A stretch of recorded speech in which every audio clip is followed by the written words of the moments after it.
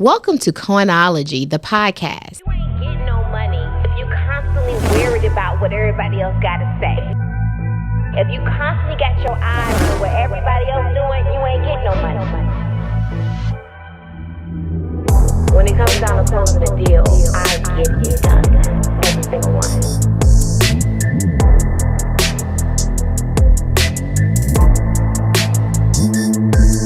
I'm the certified deal closer. Welcome to Coinology, the podcast. Hey. Welcome to another episode of Coinology. And today we have none other than Mr. Mercer Rico Prince in the studio. Mercer, give it up. All right, so I'm not going to call you Mercer because I don't call you Mercer. Okay. Right? I'm going to call you Rico because that's what I call you. But welcome into the studio. You know, it's crazy. A lot of people starting to call me Mercer now. I'm like, yo, what? Right. It's kind of throwing me off. How long have you been going by Rico? Since 2005. So, 6. Where did Rico? Because normally a nickname is a part of your full name. So where Rico come from? My auntie. She just out the blue. She always used to be like, you remind me of Chico the Barge.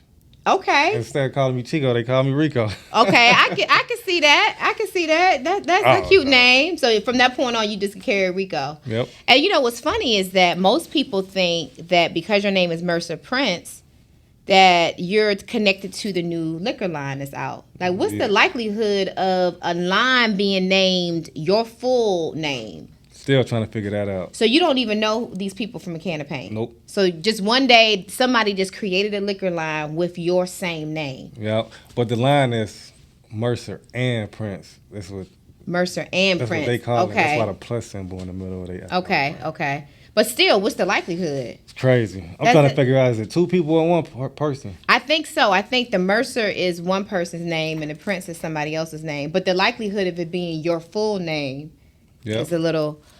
But anyway, so Rico, let's go all the way back, okay? Mm-hmm. Where are you from? Chicago. East, west, north, south side. Okay, so talk to me a little bit about the south. Not for 63rd, though. So you from Chicago, you Chicago born and raised. Yep. Okay. All right, so let's talk about it. You were born and raised in a two-parent household. How was your family upbringing? Foster home. So is that from the time you remember from being a child? Or? I believe from around 4 or 5. Do you remember anything before 4? Mm-mm. No, so you just remember being 4 years old and being in foster care. Yep. And did you have one foster family or did you kind of jump from family to family? No, it was family to family. Okay. It's a lot about the foster system that I found out, you know. Uh-huh. You know, so yeah, it was family to family. So how many families would you say you probably stayed with during the time of your youth? I want to say probably about 4 or 5. 4 or 5 families. Did you find yourself ever getting like really attached to them? And then how did that go?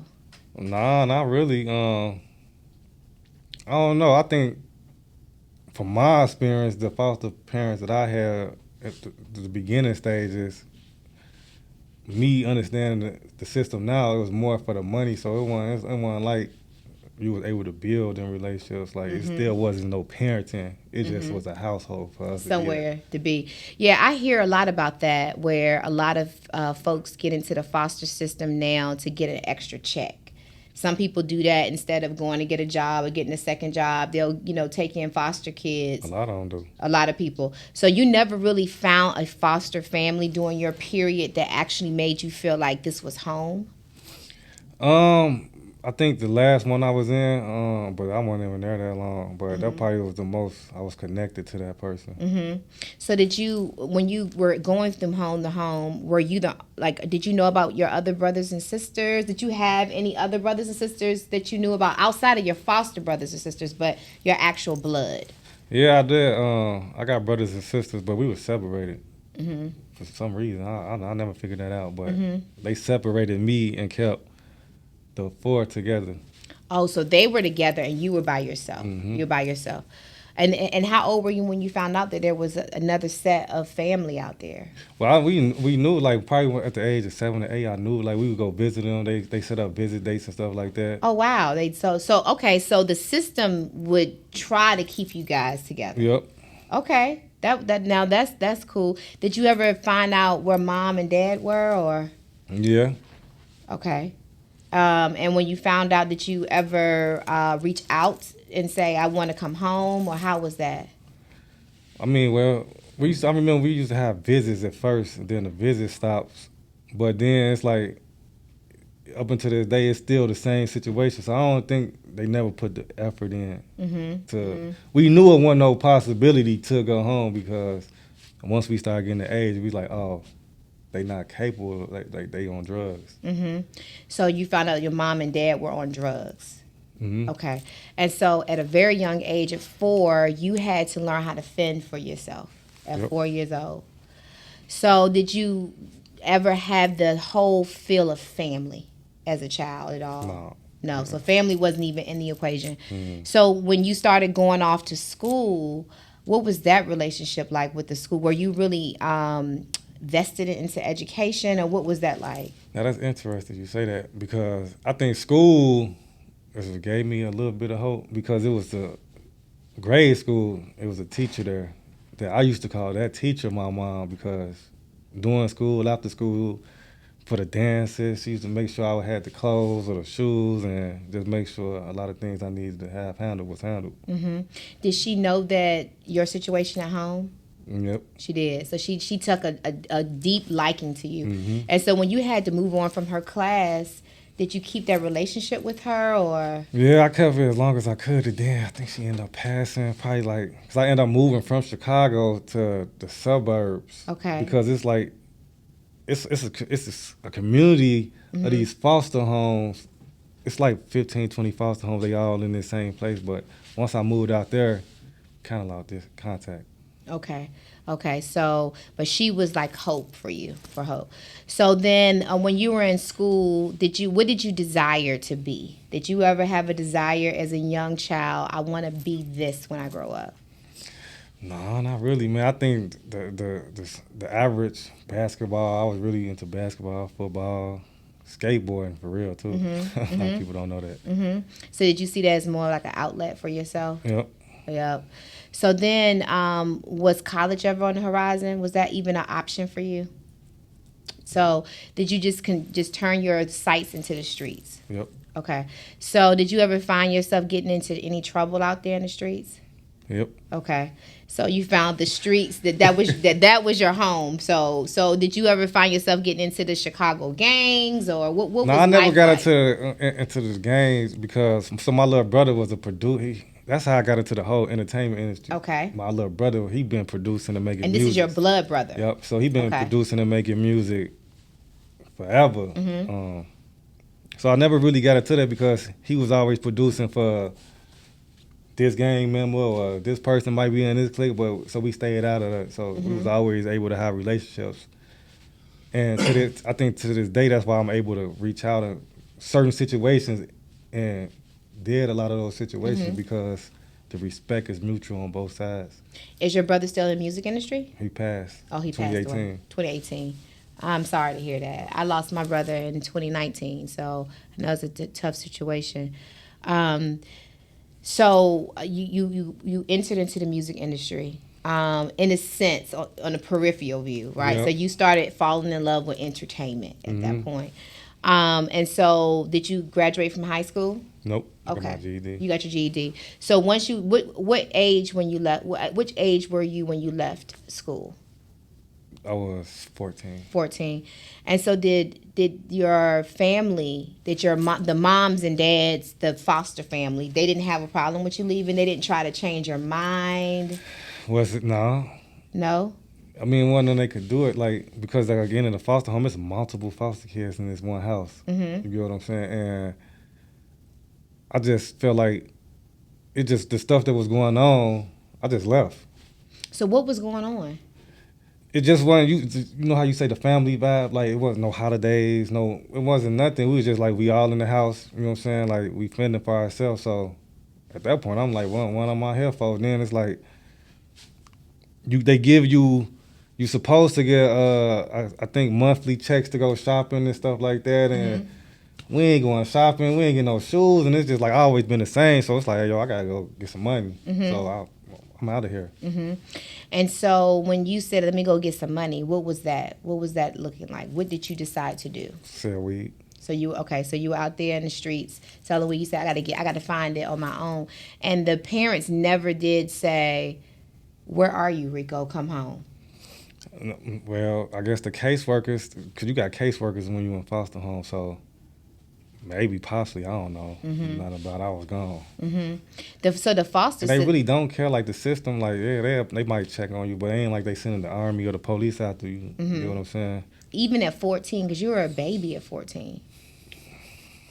Yeah. Yeah. So I know that you probably felt like you were an adult at 14 at that point. You probably had to grow up really fast, but you were just a baby. Yep. Yeah. So what about grandmas and aunties? Or nobody was saying, let me go get Mercer? Nobody. Okay.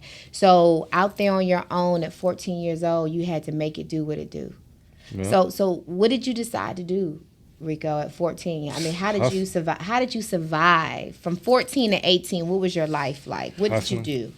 That's it. Just hustling, but that's weed. So you're gonna have to hustle a whole lot of weed. But see, then it's differently now. It's like the game different now. Right. Like, well, explain to me, how was it back then? Because I'm just saying, like, that's a lot of weed to have to sell. Well, not back then. It was different though. So talk now, to me. Now the weed industry, it's like, you know what I'm saying. But back then, the prices was different. Like just the access to get it is different. Like you could just access it anywhere. Now back then was just a whole different situation set up. That's any drug outside of weed. Just in the cocaine business. Back then, the prices was like you can't do the same stuff they were doing back then. Right now, going to jail. That's true. So did you ever find yourself in trouble? Did you ever get arrested? Yep, I did. And it's funny when you think about people getting arrested now for weed. But back then, if you got arrested for weed, you was gone for a second. So how many times did you find yourself arrested? Once I was set up. Okay, from some guys in the group? Yeah, somebody I knew. So he went and set you up to get, and it's somebody that you probably trusted, right? Well, that was, so I graduated from weed and started selling pills and all type of other stuff. So, yeah, he set me up with an undercover police officer. So was he trying to get himself out of? I don't know. So you never saw him after that? Wow. So he just vanished. Okay, so what happened to the case? I had to do time for it. Oh, you did? So how much time did you go away for? 18 months. Okay, so did you stay? I could have beat the case, though. But, again, the system, right, like he was saying, like, you go to trial, and it was basically my word against the police officer word. They didn't have no marked money on me. They didn't have no video surveillance on me. But it was just a part of my word against these police officers' word. And, of course, I wasn't about to take that chance. But I knew the case was beat because they went from trying to offer me, like, 16 years to all the way to 18 months. When they do stuff like that, they don't have no evidence. Either they don't have evidence or they just don't want to spend that much. They don't want to take up that much room in the jail. Well, they don't want to go to trial. Right. When they got a case like that, they got to spend money to go to trial. And 9 times 10, they probably would have lost. But it's still, at that time, I was messing with some girl. I'm ready to get back to the girl. Not thinking about the importance, like, yo, I should really sit here and take this to trial. And that's one of the things we were talking about before. So many young African-American men get railroaded because they have that same mindset we were talking about before, and it's like 97.3% of the cases that are presented by the feds lose. And when you and I were talking about this, they don't lose. It's just that they settle for the plea. Because I caught a case like that. I think my first case I had absolutely nothing to do with it, right? But I was just turned 17, and my friends at the time, they was coming to pick me up. We was going to the YMCA. Whatever they previously did before they came to pick me up, we get pulled over on the way to the YMCA. They lock all of us up. And of course, you can't say nothing. I don't even know what's going on. So now I got this case, and I go to my first case. I'm 17 years old. I'm in Cook County Jail, and they talk about some 4 years. I'm like, oh, snaps. But then they say, oh, you go to boot camp. Well, how long is boot camp? 90 days. Oh, 90 days, I'll be home. Come on and do it. I don't even have nothing to do with the case, though. But you were afraid. But you know what? Think about how many young black... And I was talking about this morning with someone on the phone. I was like, people, when you don't grow up in the city, you're not exposed to some of the real challenges that people have to go through. And the reality of it is being in the wrong place at the wrong time with the wrong people can change your life forever. Yep. Doesn't mean that you did anything wrong, but you were in the wrong place at the wrong time with the wrong person, and you are hemmed up. And that's one of the things I try to tell my son about is you got to be careful about those things, because it's not saying that you did anything wrong. Nobody cares at that point. You were there. Mm-hmm. And unless you're willing to quote unquote snitch, and back then there was, that snitching wasn't even an option. Yep. Well, look what just happened in Master P's son. Right. They said he ain't even technically do anything, but he was there. He was charged with stealing refrigerators. Right. He Right. take the refrigerators Unless off. you're going to tell it, it's like, so in your situation, you ended up taking this plea for 18 months. Yep. For the drug, I was set up on, but I took the first case was for boot camp, and I had absolutely nothing to do with that case, but I didn't know the system. 17 years old, I just turned 17. Cook County Jail, one of the worst county jails in the U.S., and you here 4 years. I'm not even knowing about 50% of the time you only do 2 years, or your good time you do this. I just know 4 years. Oh no. Mm-hmm. And they say now, I've heard that the jails are worse than the prisons. For sure. That's what I heard. Well, especially Cook County, like I say, that's probably the most dangerous county. They call it gladiator school because if you lucky, you making it out. Like when you inside of there, you really have to. It's no joke. Mm-hmm. No joke. So, and during this time, too, you're not even having any support from the outside world. No mom, brothers, cousins, nobody coming to see about you. So nobody ever came to see about you when you were locked up. No, well, not no family members. Of course, girls I probably was talking to at the time came. You know what I'm saying? See, yeah, and that's a whole nother situation when you're in there and it's just like you're there alone. So, okay, you get out, you get out on the second charge, right? So what happens next? When do you decide I want to change my life? Well, so when I got out on the second charge, I was working a job. I had got my apartment, and it was something going on. It was a certain situation with my little brother that was going on with some artists, right? And when I came home, he was just so adamant about coming to Atlanta. But me just coming home, I'm like, bro, let me say, because I always been the one. It was always easy for me because I was in the streets hustling. So I was paying for studio time, buying the food for them, doing this. So when I came home, I'm like, bro, I'm working now. Just give me a little bit more time, man. He died. The craziest situation, he was killed. I still can't figure it out to this day. I know I was at work. He had 2 placements. One for Dirk album and another one for this artist Dave East album coming out. And I just talked to him and he was like, yeah, man, I can't wait to 12, these albums. By the time I got off work, I was getting a phone call. So, man, I think something happened to your brother. So I'm like, what? I kept hanging up on him. And then they say he was killed by a train on foot. You get what I'm saying? So I think that whole situation, like, dealing with that, it just really, I'm like, yo, I really got to do this now. You get what I'm saying? And that's what really made me like, yo, I got to do this. And were you still in Chicago at that time? Okay. So how old were you when you became a father? 18. So you became a father in between serving your time? Yep. Okay. And did fatherhood change you at all? Did that do anything? I think not right away, and that was for multiple reasons.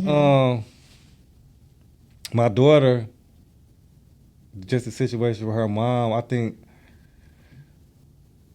I'm trying to really see how to explain that situation. My daughter was born, so her mom was this really great volleyball player, but her mom, she ain't necessarily care for, I think, our kind, right? So that whole. You say our kind.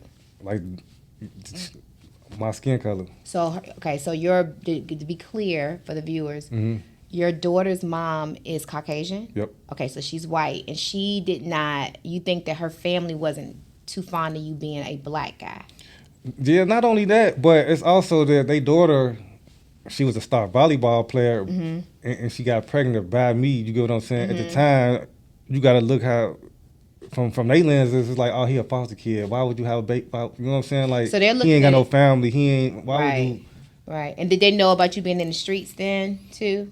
No. They didn't know about you selling, but they just knew. They were saying families and families. Because they knew at that time, remember I told you I moved to the suburbs, so it was this place called the SOS Children's Village, and it was like a community of foster kids. So it's like everybody knew, oh, you live there, you're a foster kid. Okay. So they knew that. They knew that.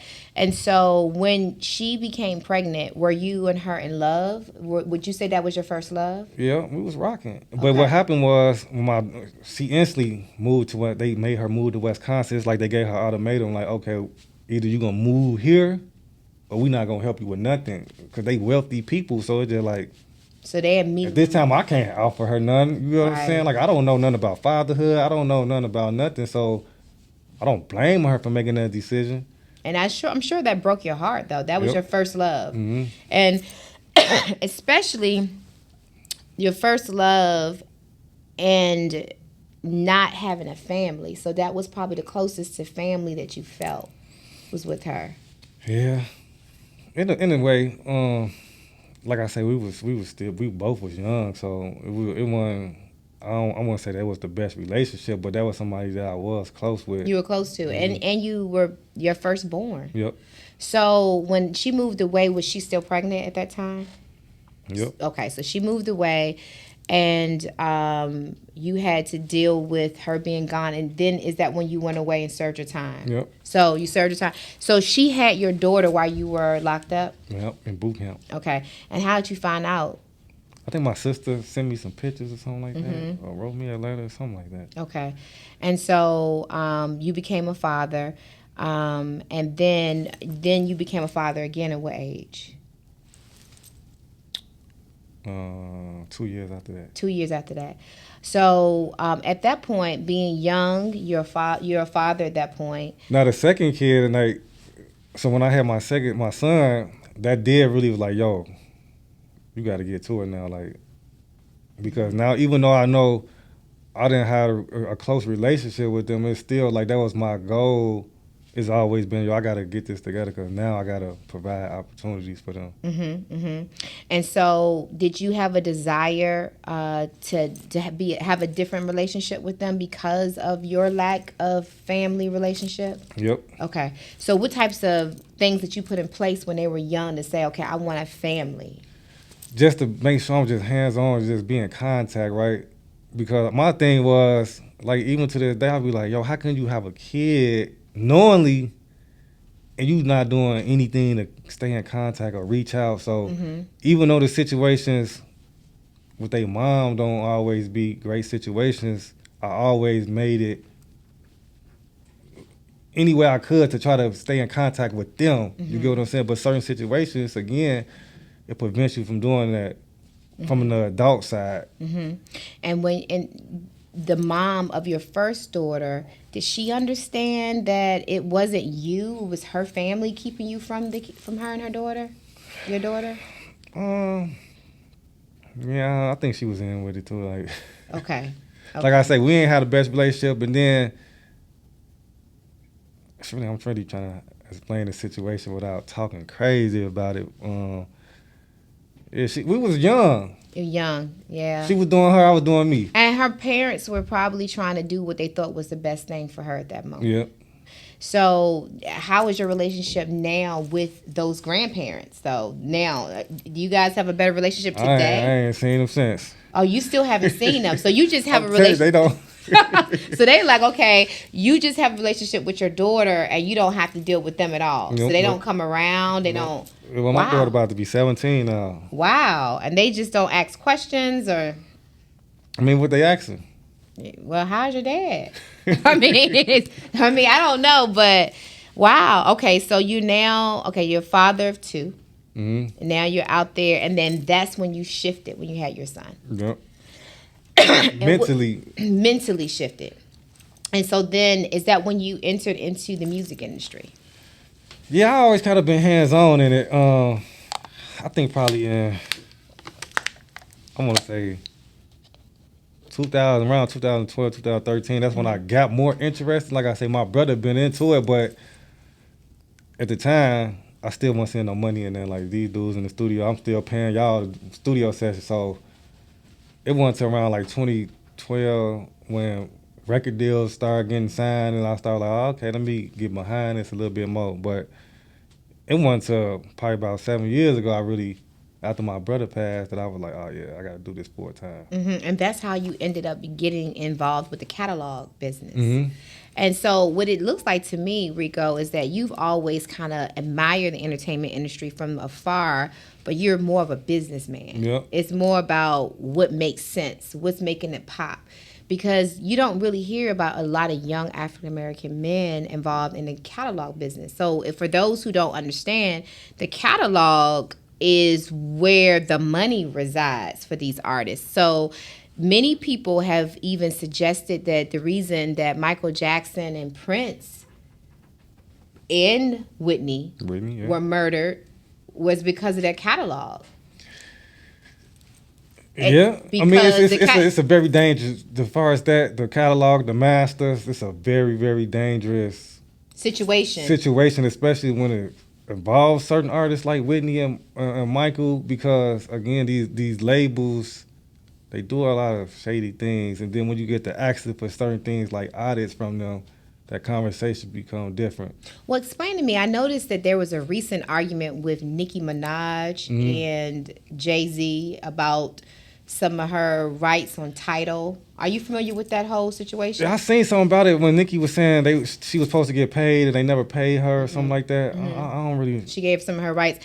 And so for those who may not understand with the catalogs, the reason why it's so tricky is because when you become an artist, you don't really own anything. Some of these artists don't even own their name, their likeness. And that was one of the reasons why Prince was adamant about changing his name to a symbol at one point, because he didn't even own his name.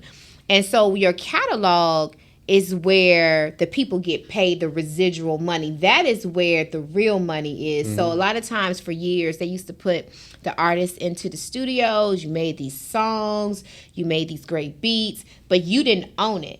Some rich white man up in the ivory counter, they owned it, and their families would own the rights to your music for years. Because they limit how they want you to be paid. Because if you own your catalog, right, you own your masters, you able to make money from so many different sources. You could do sync placing, movies, video games, commercials, all type of things. So, but okay, for instance, we just saw just recently that Diddy ended up signing over the rights to many of their catalogs right before he went down, right? Yeah, but a lot of people weren't excited about that because it's too late, right? Right. Because your catalog, what is it worth now? Especially the way the industry is now, like you done handed the catalog after you juiced all the money out of it. Now your catalog ain't even worth nothing. So it's like...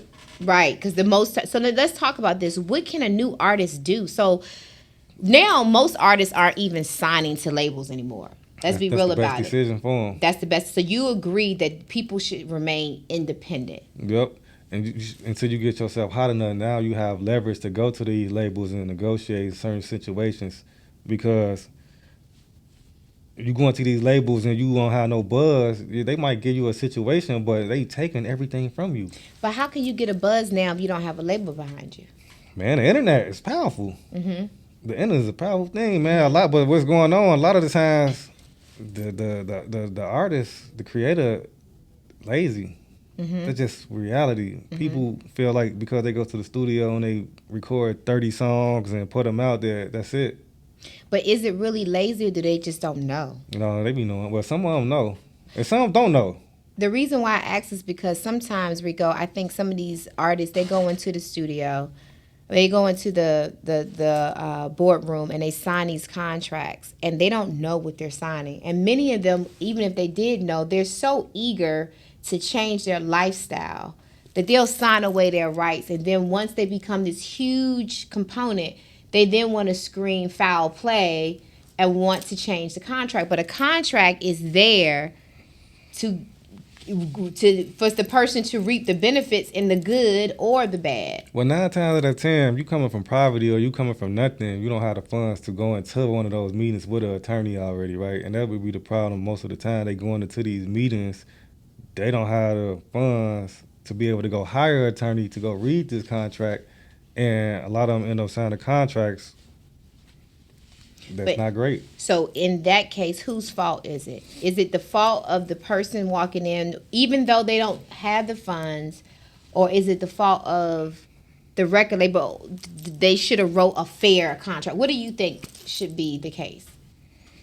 Both. Mm-hmm. I think it's both. Mm-hmm.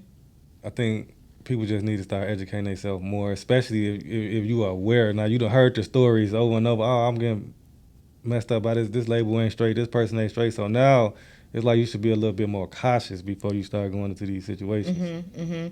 Well, I think also we have so many people too. I think in the past, Rico, a lot of people just signed away their life because they wanted to change their lifestyle for their families. Now you got people who are willing to sign away their life, not even for money, but just for clout. It's something about this Instagram streets that have people going crazy off of likes and reposts and things of that nature, that they'll sign their whole life just to be able to say, I have a blue check. Yep. Right? So, and that moves into that whole space of influencers, right? Mm-hmm. So, because I know that you have a hold on that influencer space too. Again, the peripheral view, you're always on the back end managing the relationships from a business perspective. What are your thoughts on influencers? Because it seems like most major corporations now are kind of leaning more on the influencer space than they are on quote unquote A-listers. Yeah, I don't know. The influencers, it just, now I don't really know about the influencers because everybody's considered an influencer, but then it's like, what are you influencing? Well, I don't consider everybody an influencer. So what's a real influencer? Because I think a lot of people out here, they call themselves celebrities or they call themselves influencers. And I have a different... To me, influencers should be able to convert. Right. If you're an influencer, you're influencing people to do things. So that means you should be able to convert. So how do you determine if a person is an influencer when you bring them onto your... You do a campaign with them. Okay. Because that's about giving opportunities, right? You get opportunities and then you get the information that you needed. If you got 1 million followers and you can't convert 1% of these 1 million followers to buy a product or reach certain engagements, then what exactly are you influencing? Just because you got 1 million followers doesn't mean you're an influencer. That's correct. And you can have 1 million followers of people who just want to sit back and laugh at you, but they're not willing to do what you say. Then you have these micro influencers who don't have that many followers, but the people do exactly what they say. So what exactly does the influencer headquarters do? What is it that your business, what does it do? I was doing a lot of marketing for the labels. We were doing a lot of campaigns for as far as breaking records, brand activations for clothing line and just restaurants and businesses. It's influencers. Like I say, they post influencers. So if the right influencer say, hey, go on Coinology. If right now Castanet say, yo, y'all need to go on there. We probably had 2 million subscribers. So that's an influence. I was doing that just for a lot of different brands and labels. How did someone get your attention? How did someone say? So if I'm an influencer out there and I want opportunities, I would come to influencer headquarters, right? You would be the one who would say, okay, Ebony, you are an influencer. Let me get you in front of Rolls Royce. Let me get you in front of Microsoft. You were that person that brokered that deal between the influencer and corporate America. But how would an influencer be able to catch your attention? How would they be able to say, Rico, you need to pay attention to me? That's the thing. I'm always working, so it's like I'll pay attention. I feel like that's how I became in the position I am because I always. It's like the labels used to send the A&Rs out to scout the talent. I'm always looking, like, I don't just look a target, oh, you got 1 million followers. I'm looking at the content creators who got 5,000 followers, 6,000 followers because I've built those creators to the millions of followers. So you just got to be out here working. So is it a certain, do they have to have a certain look, a certain style, or you just watch whether or not a person just has that type of influence, that type of engagement? Yeah, the engagement, what kind of content they putting together, like all that matters. The quality, where the content, what direction is going. I look for all that. What do you think about this whole thing with TikTok? You know, I hear, and probably by the time we air, it will be past January the 19th, but I hear that they're supposed to be banning TikTok. And I know a lot of content creators are going to be impacted by that. Yeah, I don't know. I think it's a sticky situation. Mm-hmm. They need to come on the IHQ. Mm-hmm. So, really? So you think, so a lot of those influencers, would they be able to still have the same type of engagement on IHQ as they do with TikTok? Yeah, they got the same engagement that they do on TikTok. They going to really gain financially. Mm-hmm, mm-hmm. So for you, you think that people need to diversify themselves anyway. They shouldn't just all be on TikTok. But there's so many new multimillionaires or thousandaires over there on TikTok that, what do you think the So real... they say. So they say, right? Because you said you can really see the real numbers. Yeah, it's like when you know the numbers, you know, it's the system. Mm-hmm. It's all about knowing a system, and that's why I say a lot of people they put a facade on to draw in more money. So you make somebody think, oh, I'm out here checking $50,000 a month when you're not. Mm-hmm. But if you keep saying this, now when people reaching out to book you, they gonna think, oh, they gotta pay you top dollar the whole time. Mm-hmm. It's a finesse. Mm-hmm. You get what I'm saying? They might tell you, oh, I charge $20,000. Probably never got paid $20,000 in their life. That's right. So TikTok, then, what do you think about it going away? Do you think? Oh, I like TikTok. Yeah, I do too. I have a good time on TikTok. TikTok has replaced like, TV for me. I feel like TikTok. It's a lot of important things on it that they really do.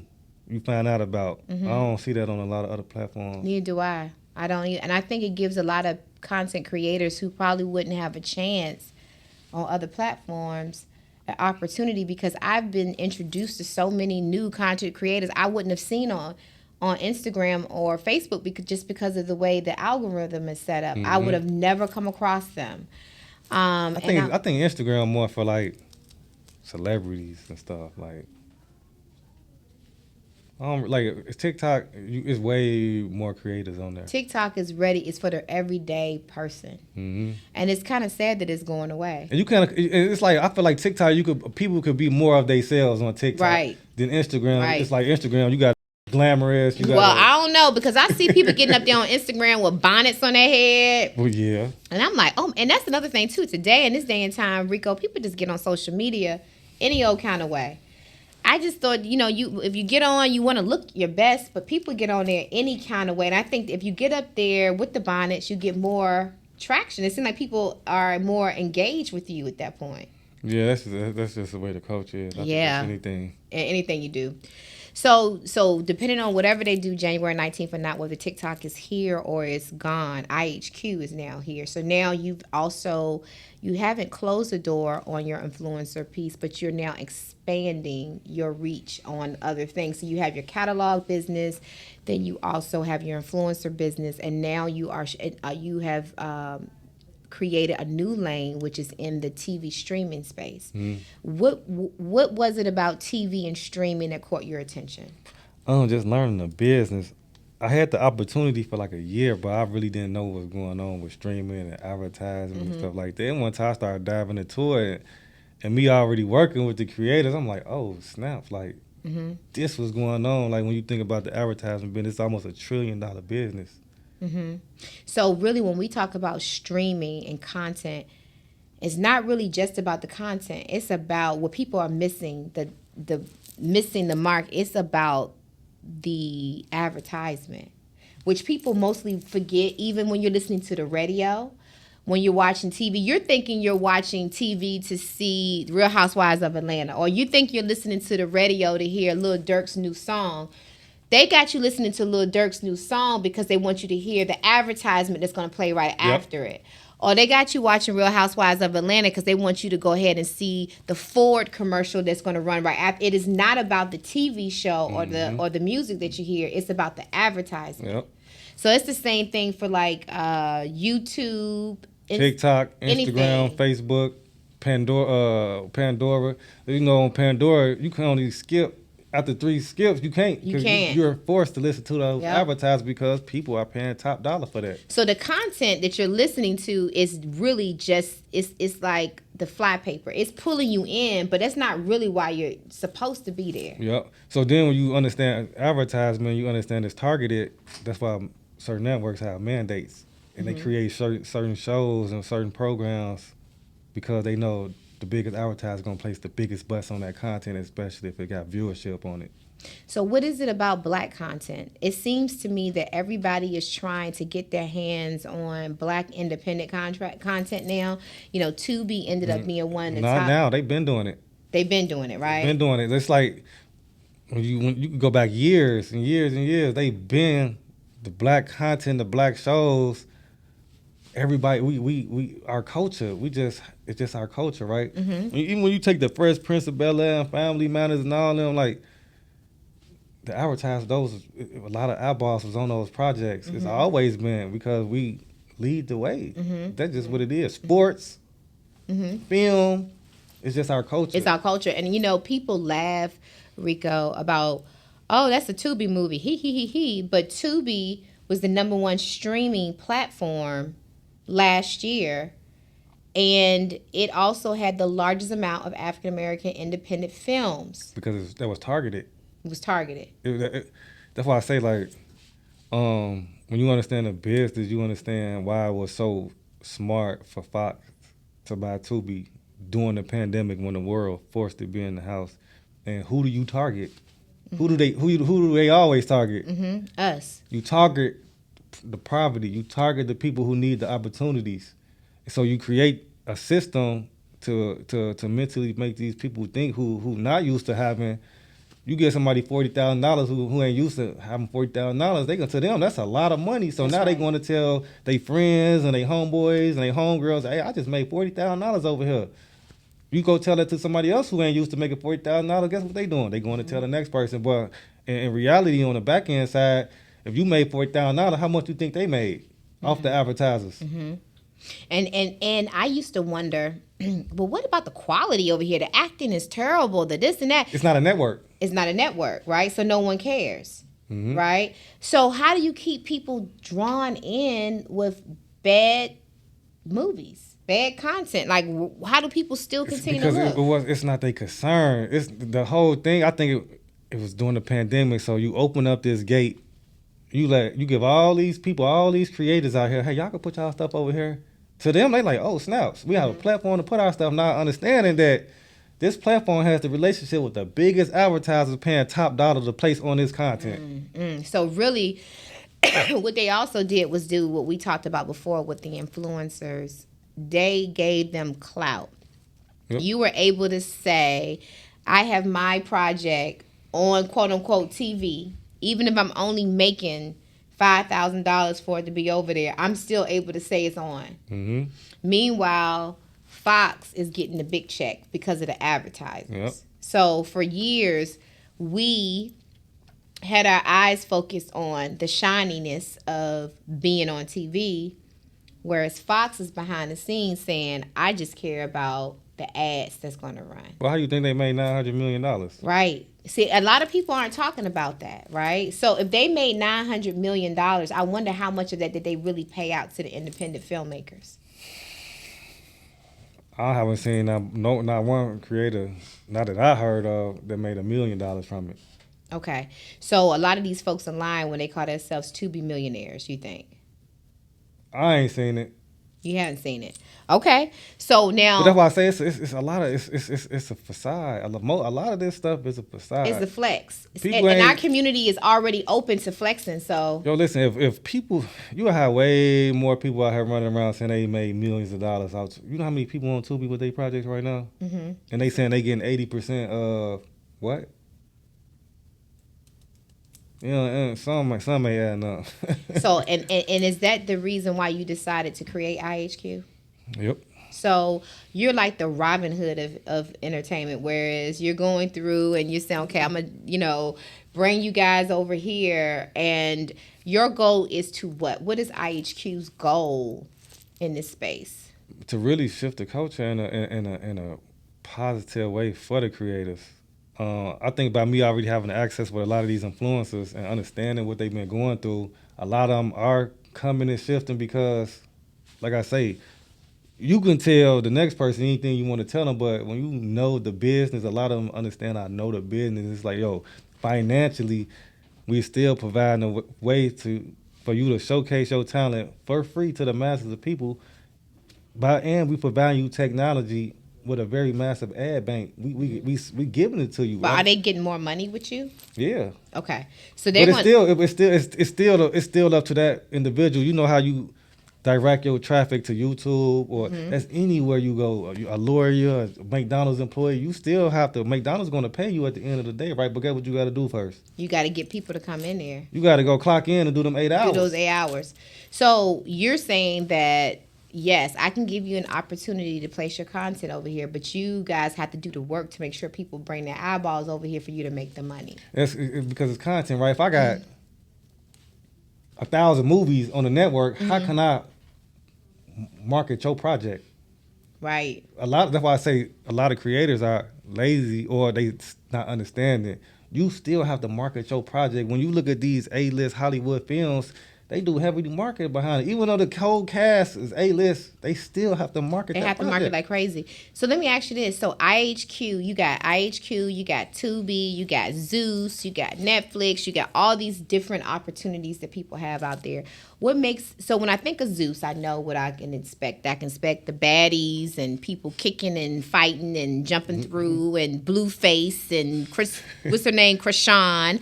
When I think of Tubi, I can think of a whole bunch of unnecessary sex scenes and bad BBLs floating around. I can think about that. When I think of Netflix, I can think about the documentaries and some series and things of that nature. What should I think about when I think of IHQ? How will I be able to classify your content?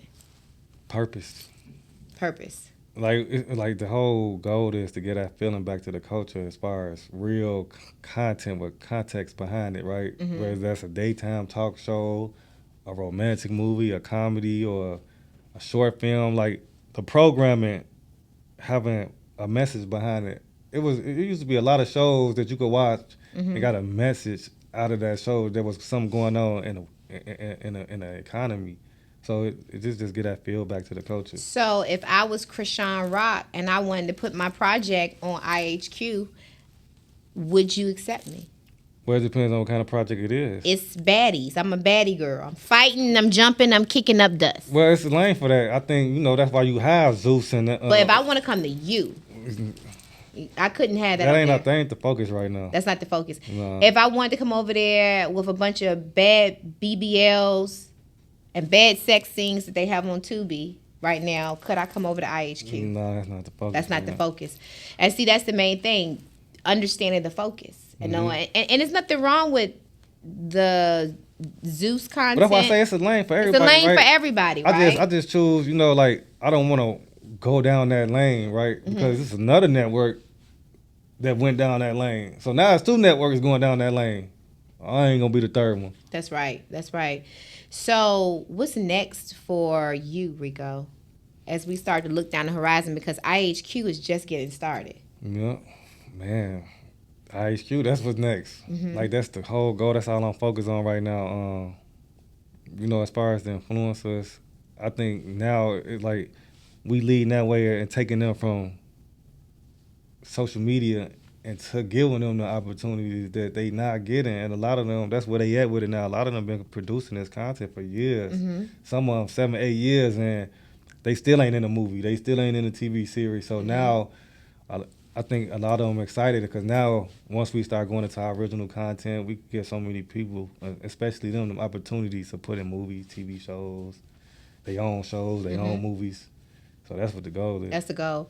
What's the biggest misconception about Mercer prints? If you were to say people have a misnomer about you, they see you from afar, they see your Instagram page, they, heard this and that. What is the biggest misnomer about you? I don't know. I done heard a few things. A lot of people think I'm Hollywood or something. Mm-hmm. Well, I can see why you coming in here blinged up, arms blinging, But I'm smile. I'm probably the most down to earth. Like, Mm-hmm. like I ain't with all that. Like, I understand. Like, I don't know, cause people look at you. I don't look at myself how other people look at me. Like, they'll look at you. Are you around this person? You around that person? To me, I'm just still the same person. So I think I'm always be like that. So when it comes to people, once they meet me, they be like, "Oh, I thought you was like this. From you got suits on, you this and that." So they think they have a Hollywood perception of you. And they probably got that. And another thing on the flip side of that, how do you say it? I think some people, and I'm working on it, right? I just think this generation, what's the correct word? I don't know the correct word. I just think this generation soft, right? And a lot of people can get aggressive from certain conversations, right? It don't be aggression. It's because when you passionate about something, you understand something. I think that could come off like that. Aggressiveness. Well, you know, another thing that could be too, Rico, is that how you speak when you are dealing with business in the street is different than how you speak in the boardroom. And a lot of times, understanding the two dynamics. Because when you are dealing with, you know, business in the street, you got to be firm. You got to be heard.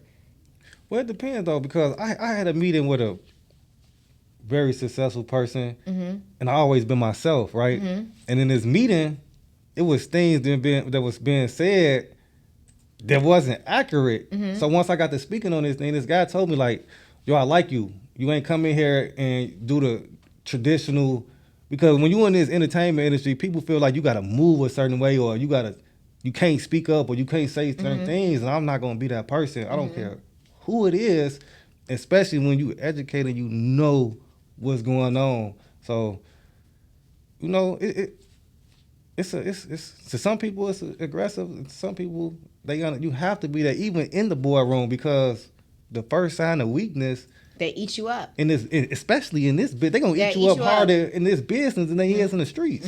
How did you get so much confidence in it though, Rico? Because, you know, a lot of times people know a lot, but they'll keep it inside because they feel lack of confidence when they go in the room with certain people. Where were you able to kind of build that confidence? Educating myself. That's why I say, like, I think that's our biggest tool. If you educate yourself and really read and learn about certain things, especially the field you in, if you a publicist or a artist or a manager, a business consultant, you should really dive into that. So when you is going into these rooms, it ain't nothing this person can say that you don't know, or you can't have a conversation about. So what are your thoughts? Do you feel like today kids have to go to college in order to be... What are your thoughts on college? I don't know how to answer that. I never went to college. I mean, do you feel like, because what I'm seeing, a lot of people that come through Coinology and a lot of people that I've just met in general, college is just a great experience for people to have, but it's not necessarily a must check. Yeah, I think that's what's more, I think it's probably just the experience. That's it, because like I said, you can teach yourself anything. I mean, and how did you learn? So so you dropped out at 14. So where did you get this desire to learn from? Like, what was it? I always like reading. So again, my little brother, he been doing music since a shorty, right? So when I caught the case, can't do nothing in jail. So for some reason, I used to get music related books sent to me, and I just read. Just read about contracts, about this, just read. The music industry, it's a book about the music industry I read. Just read. Have you ever connected with any of the folks that you were locked up with, maybe trying to help them after they got out? Anybody that you still talk to? Just recently. One of my guys I had met in there, he did 17 years. 17 years. 17 years. It's the craziest. Wait a minute, 17 years in jail? Oh, he did 17 years in jail. Okay, I'm confused. I thought you go to jail before you go to prison. No? Or It's the same thing. You go to the county. Okay. And then once you fight your case or whatever you do, take your time. Then they send you to a prison. Yep. So the prison is. So I may be. All of it's jail. All of it is jail. I'm using the wrong term. Okay, but this dude was 17 years, and so he came out in his right state of mind. That's why it's crazy, because a lot of people that I went to high school with just reach out, but a lot of them still doing the same thing. So I don't even pay no mind, but I particularly latched on to him because from him doing 17 years, this dude came out, got a job, got a house, got a car, got promoted to the highest level he can at Coca-Cola, taking care of his kids, and started 2 businesses.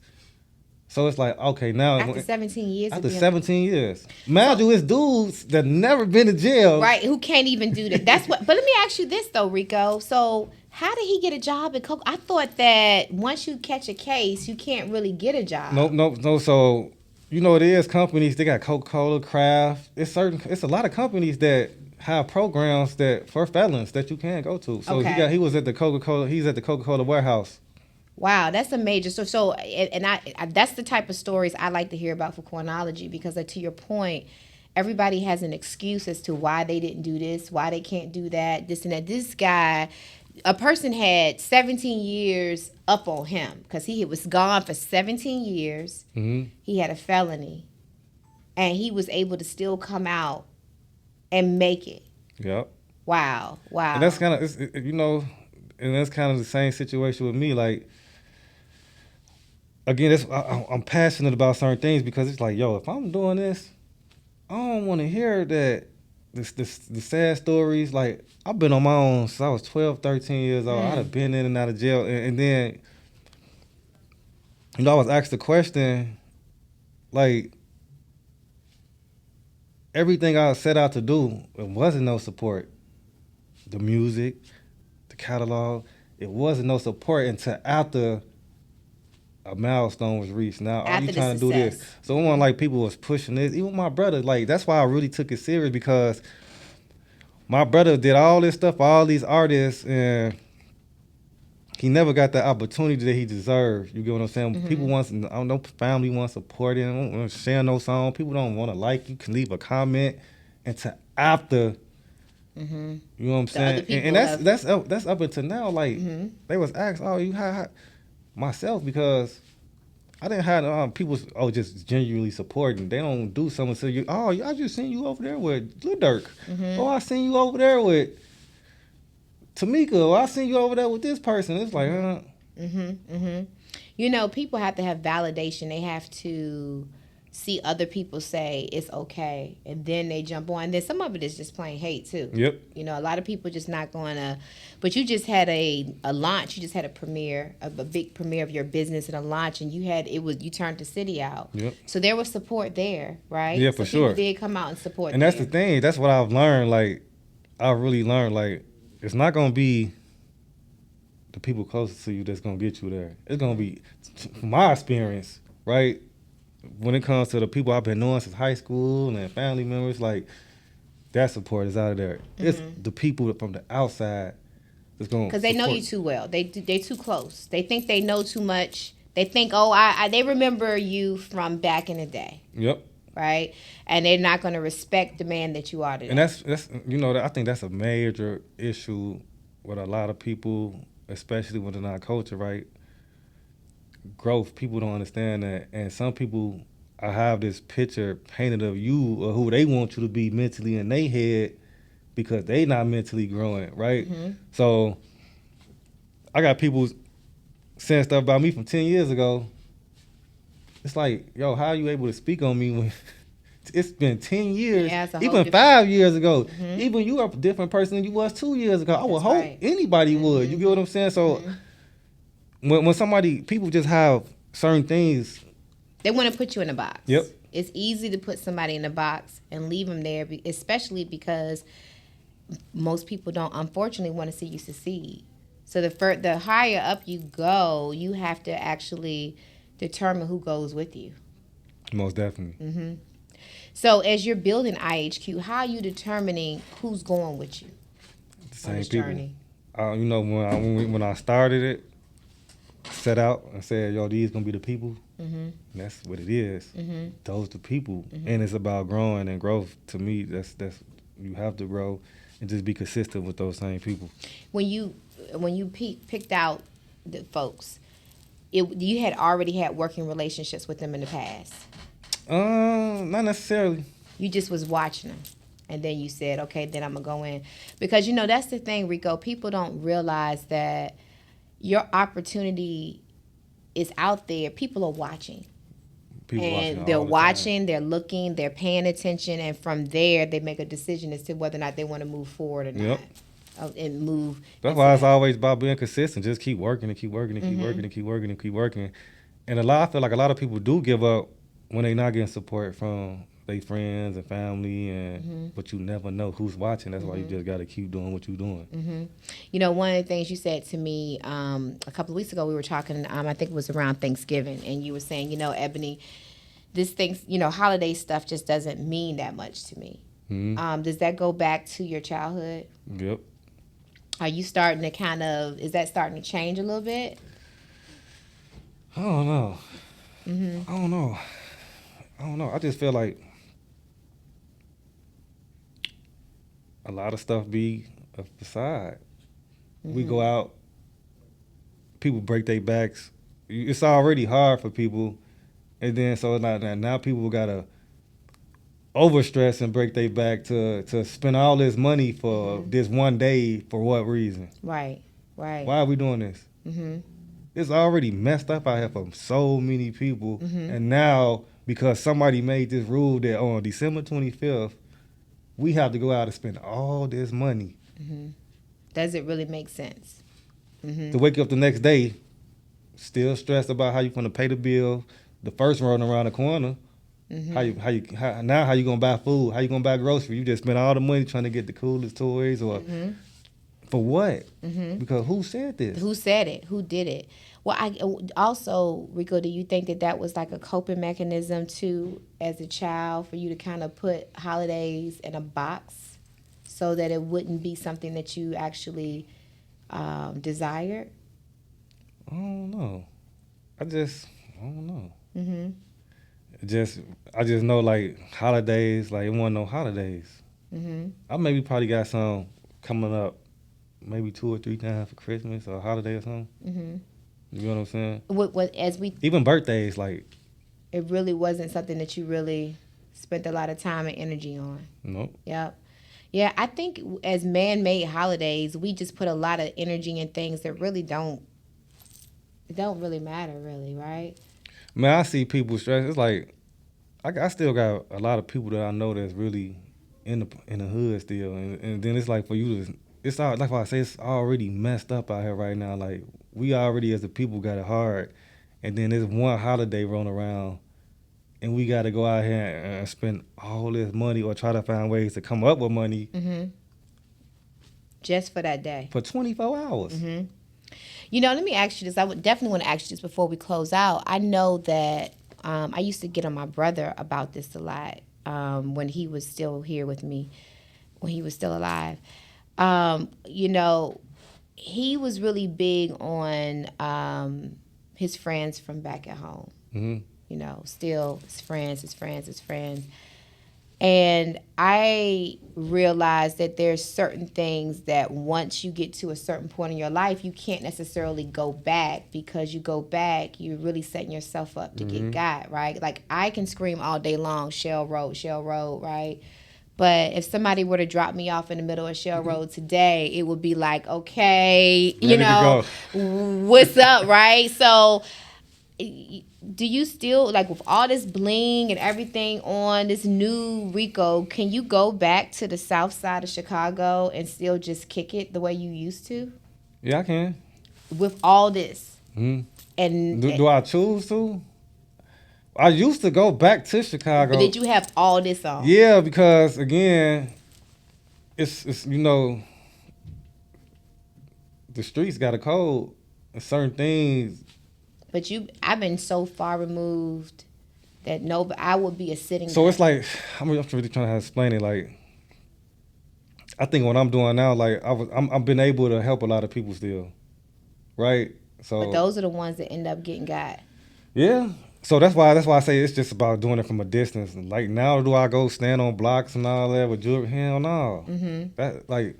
Because most of the guys we talk about, we lost. What's the guy from Memphis that was in front of the Young Dolph? Young Dolph, back in the neighborhood, back in the hood, went back to a bakery. Well, see, that's why situations like that. That's why I fell back from doing it a lot, because you do go back and try to show love and do things, but it's somebody new on the block every day. It ain't the same people, especially after so much time. Somebody got that green envy in their eye, right? Yeah, so your old partners might be there, but after so much time, now you got the new shorties on the block hungry. And you can't even look at the new shorties. You got to look at your old partners too. A lot of times, your old partners have become the op.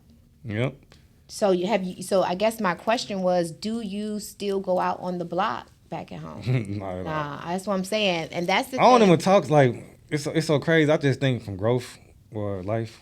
I don't even talk to a lot of people I came up with no more. Like a lot of them dead, a lot of them in jail. I'm really I think I'm popular loner now. I don't really talk to a lot of people. Yeah, that's one thing I noticed is the higher up you go with success, you become more and more and more alone. Yeah, nah, for sure. I think. Yeah, I don't really talk to half of the people no more because I can't. I gotta distance myself from certain stuff because certain things that I have going on that I'm deciding to do career-wise, I just don't want to get caught up in. Yeah, you got to be careful. Well, Rico, I enjoyed this conversation. Yes. I think it's important because people need to know who you are as a man. I think a lot of people have perceptions and they don't really know who you are. Yeah, because I don't do a lot of talking. No, you just normally stay to this. You are normally a very good supporter. You support. I see you support your friends. I see you support your significant other. I see you support your influencers, your artists. Yeah, because I've been playing the background so long, I understand what comes with being in the front. Being in the front, and it's just like... and being in the front doesn't... A lot of people... It's all hype. And listen, everybody wants to run to the front, but when you get to the front, you got to be ready for what comes with it. And what comes with it, unfortunately, in our community, is a lot of hate. You're a target. You're a target. Everybody's coming for you. Everybody's trying to bring you down. It's unfortunate. But that's part of what comes. So you have to be really careful. I tell people this all the time. When they come into my office, they want me to make them into a star. And I always say to them, are you ready? Are you sure that that's what you really want? Because being a star means when you make that post on social media, you got to be ready for all that hate that's in those messages, because in that is a whole bunch of what you got on. You look a mess. I hate what you. I think the main thing people need to understand when they talk about being a star or cloud or being popular is like the same business that'll build you up gonna tear you down with one false move. Let's look at and this is, again, I always have to say this because people always want to think that I am pro anything, but just look at the same people who built up Diddy, the same people who built up Jay-Z. Yep. The same people who built up Russell Simmons and on and on and on. All of them. Bill Cosby. R. Kelly. Everybody. R. Kelly are the same one. And I'm not saying that someone did not do with it. But what I'm saying is at a very quick change of opinion, which can happen in just a second, those same people who bought your albums are now burning your albums. It can happen very, very quickly. Without facts. And to me, I feel like within our community, without facts, and I feel like we sit back and we really kind of sit back and wait and kind of wish for the downfall. I'm kind of in between with our culture, because a lot of the things that we doing, it's just not a good look or a taste. It's not putting a good example on. A lot of these other cultures look back laughing at us. It's crazy because we influence so many people, but at the same time they laughing because it ain't no loyalty in our culture for real like that. Like, we tear our own people down. all the stuff you going like I said, I'm not saying what Diddy did or he didn't do or what R. Kelly or nobody did, but the same stuff that's going on in our culture is going on 2 times, 3 times worse in a lot of these other cultures, but it's not getting talked about. It's not. It's not. Because it's only a talk about, it's only exciting when it's us. It's us. And I think the other reason why it's so exciting when it's us is because I think our culture by nature is we're showy. We're like, look at me, look at me. I remember when Diddy, at the couple Super Bowls back, him and his sons were all on the field with the fur coats on, blinging, I'm down here, I'm here. And we looking at that like, look at Diddy, but other coaches like, what in the world? And so some people are saying in the back of their mind, it's time to set him down. You see the owners with sandals on and cargo shorts on. Right, T-shirts and so forth. It's like, what are we doing? So in a sense, and we put ourselves up in these pedestals, or we put ourselves out there to be seen with all, and then when the lights and cameras stop going, we then have a problem with what comes along with that. Yep. So, okay, we cut that right quick. What's wrong? I hear the phone ringing. Okay, yeah, that was probably, it may be one of my phones in that office. I don't know. No, I think it's the office phone. No, what? Okay, so we're gonna cut back in. Okay. All right. Is that light okay? Because I saw you kick the light. Okay. All right. I saw you kick the light. Okay. You gonna tell me when I cut back in? Yeah. You want me to go ahead and keep on going? You want me to go back over that again about the? You can. Because of the phone ringing. Okay. I just wonder if anybody's gonna hear it. I'm listening. Okay. So I'll be listening, like I can hear when other people are talking and stuff to tell them. So I don't know if anybody will hear it. Okay. But I hear it. Okay. Okay. So it was distracting me because I was thinking if I hear it again, I was gonna tell them to turn it down. Okay. So we can just keep going from there. Yeah. Okay. All right. So, but Rico, the thing about it is within our community, though, we have to also, I think it's just part of who we are because we say we're entertainers by nature, the show, the lights, the camera, the actions, but those same things are the things that people despise. And when that opportunity comes, it comes like lightning. And I will say that this year has been a very humbling year for Hollywood. Mm-hmm. I think I was talking about this in the office the other day.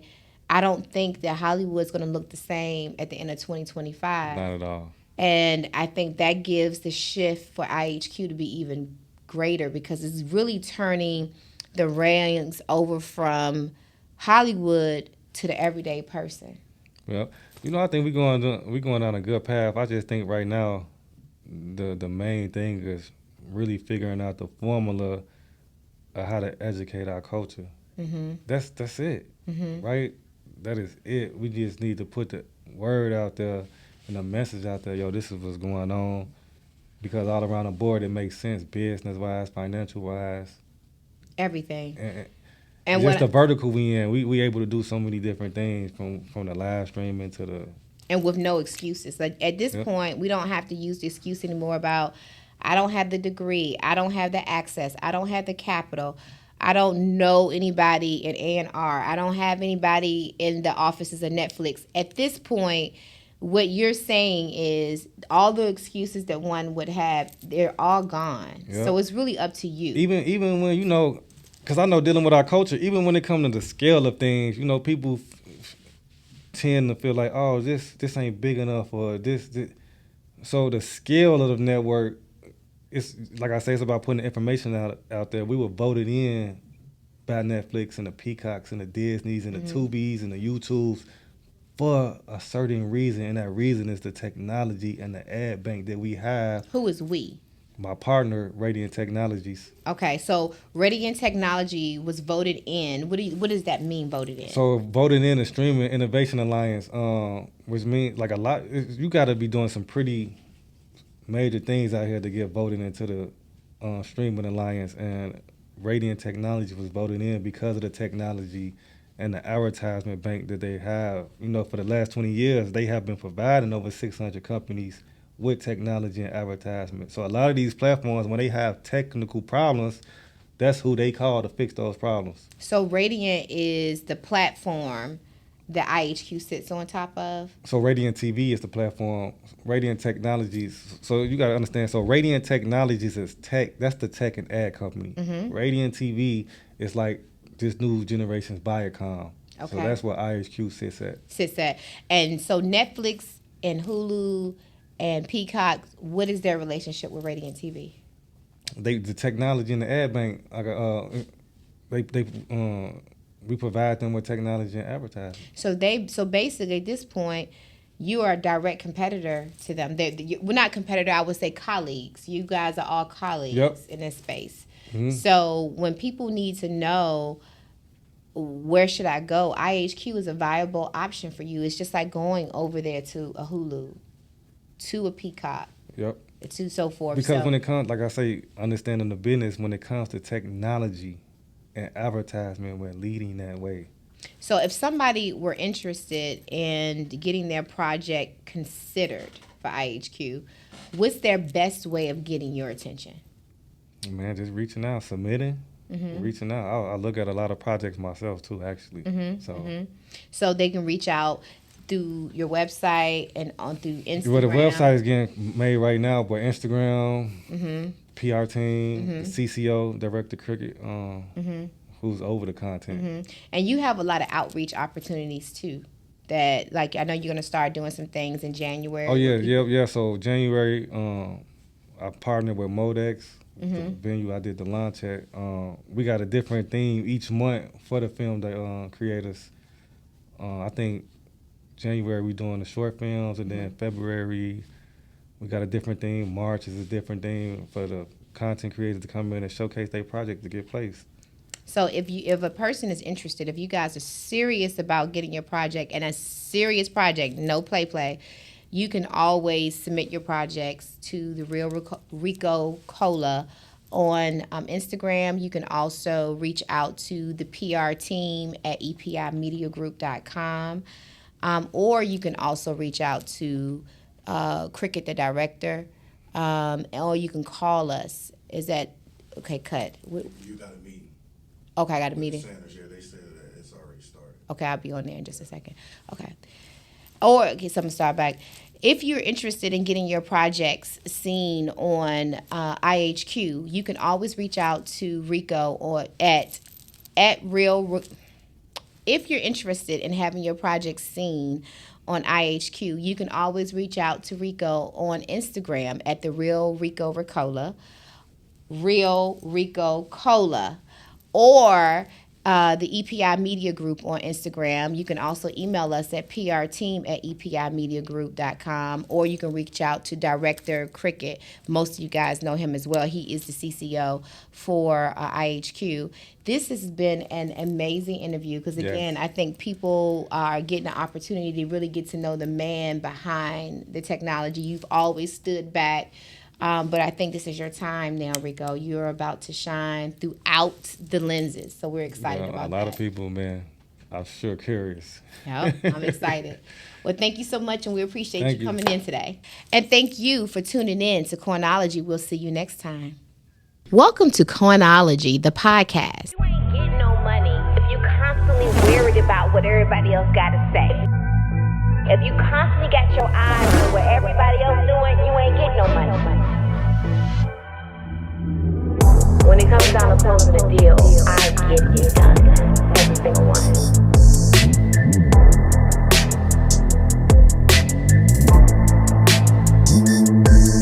I'm just going to find you a closer. Welcome to Coinology, the podcast.